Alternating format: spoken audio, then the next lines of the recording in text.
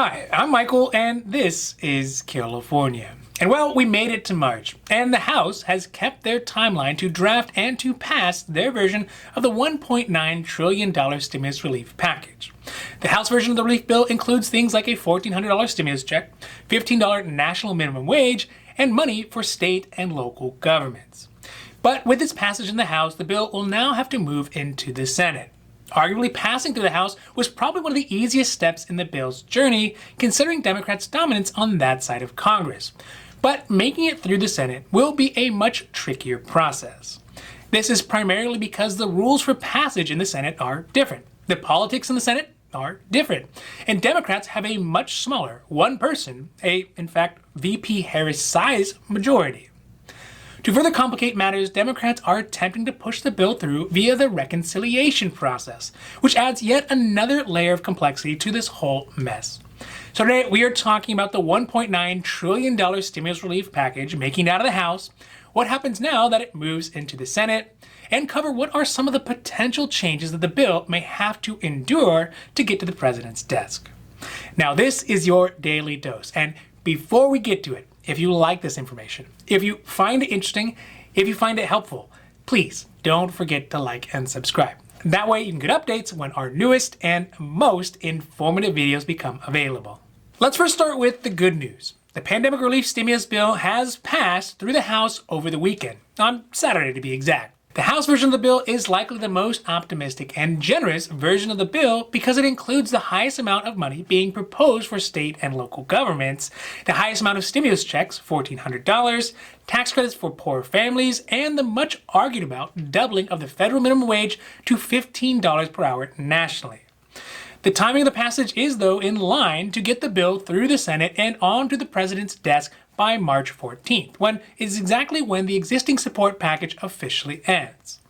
But getting the bill through the Senate is not going to be nearly as neat or tidy for the Democrats as it was getting through the House. This is because the Senate has very different rules, very different political dynamics, and Democrats have a much smaller majority in the Senate than they do in the House. This means they can't really afford to lose any of the mostly centrist Democrats who are currently out of sorts about some of the more progressive provisions that are within the bill, mainly that $15 minimum wage and the overall cost of the bill.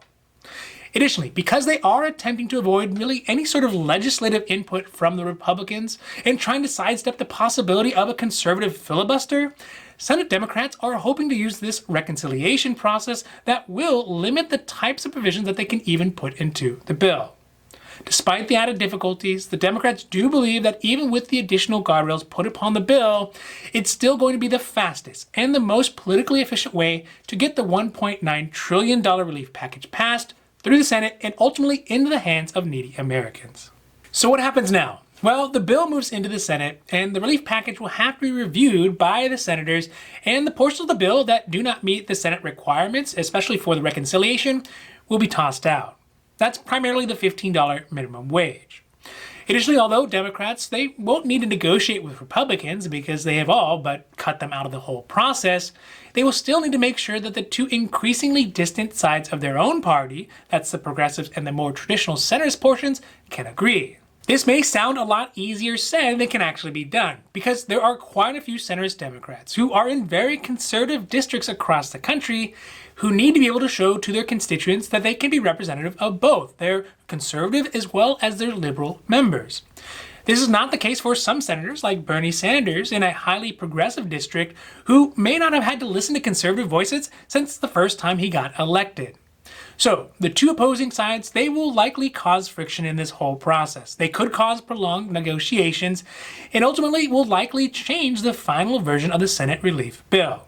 Also, some important things to consider throughout all of this is that with the Senate proposed bill, there still remains an increase in the federal minimum wage up to $9.50 an hour. Obviously, much less than $15 an hour, but still a much needed increase.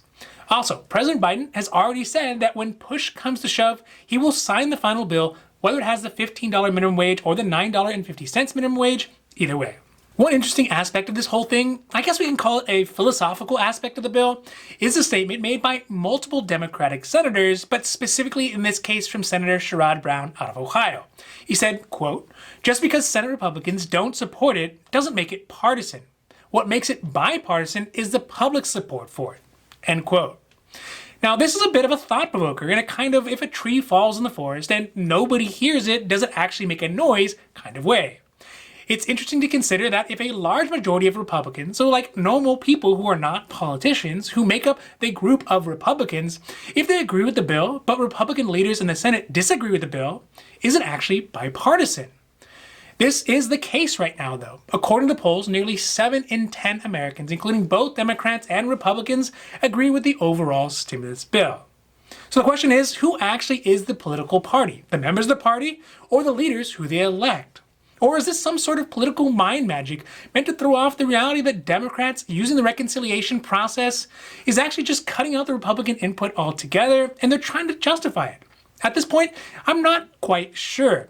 I'll let you all decide. Actually, let me know what you all think down in the comments.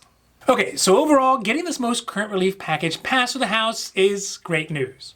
It means that the wheels of our government have started turning in a real way. And it means that we are all one step closer to starting to see the level of support some of us have really needed since the middle of last year starting to get sent out. Of course, because of the nature of the process, there are going to be changes, there's going to be bumps, and petty quips from politicians. But what we know for sure is that Biden will sign whatever makes it to his desk. Democrats have a majority in the House and in the Senate, and the need for support now is higher than it has ever been. That being said, at this point, it is the Democrats' bill to lose. They should have this one in the bag. It's on time, it's on budget, and can only really stumble if somebody from either the center or the progressive wings of the party decide to dig in their heels for political reasons rather than for practical reasons. Now, this has been your Daily Dose, and I hope that you found it interesting or helpful or at least useful. And if you did, please don't forget to like and subscribe. That way you can get updates when our newest and most informative videos become available. Now that's it for me, and for California, I'm Michael, wishing you a happy, healthy day.